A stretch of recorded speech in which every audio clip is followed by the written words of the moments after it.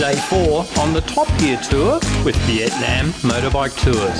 After 3 days of countless corners and mountain passes, we have a day off to do a short but incredibly scenic ride through some valleys to Paradise Cave, a world famous heritage listed cave system.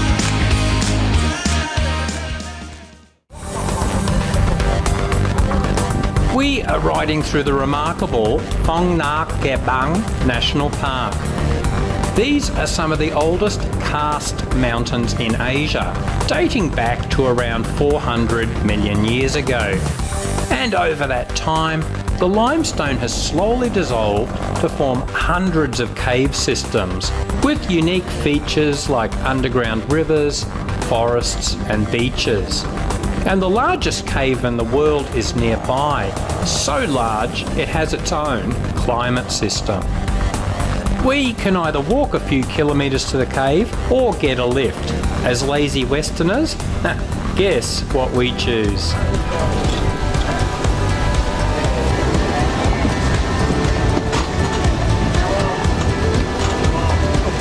However, we still need to do this steep climb. I'm proud to say I was actually beating Toby Price up this hill climb until he overtook me, but even so, I hung in there for a while. I'll certainly never get to say that again in my life. And don't tell anyone I had a 1-minute head start, and we weren't on motorbikes. The cave entrance is very small, so it was only discovered by a local man in 2005. The cave is an incredible 31 kilometres long and resembles a series of interlinking cathedrals.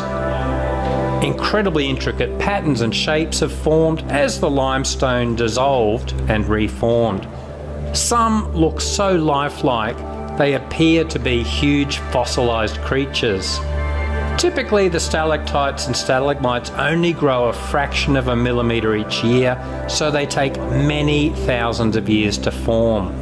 Further along, the cave has its own beaches, a river and a forest, but we'll only explore the first kilometre or so.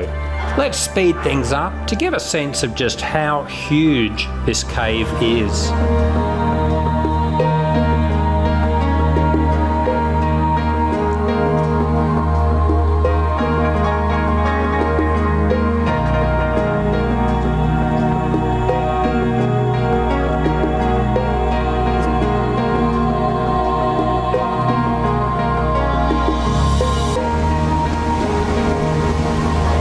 Helmets on and back on the bikes.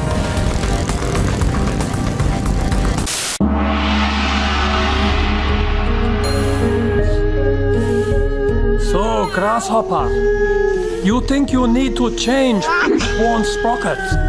Do not be idiot. Learn from worn sprockets. Let them change you. Develop new fresh teeth within and bite like ninja. This rest day has been perfect to let some sore asses recover for anyone who hasn't been riding a lot.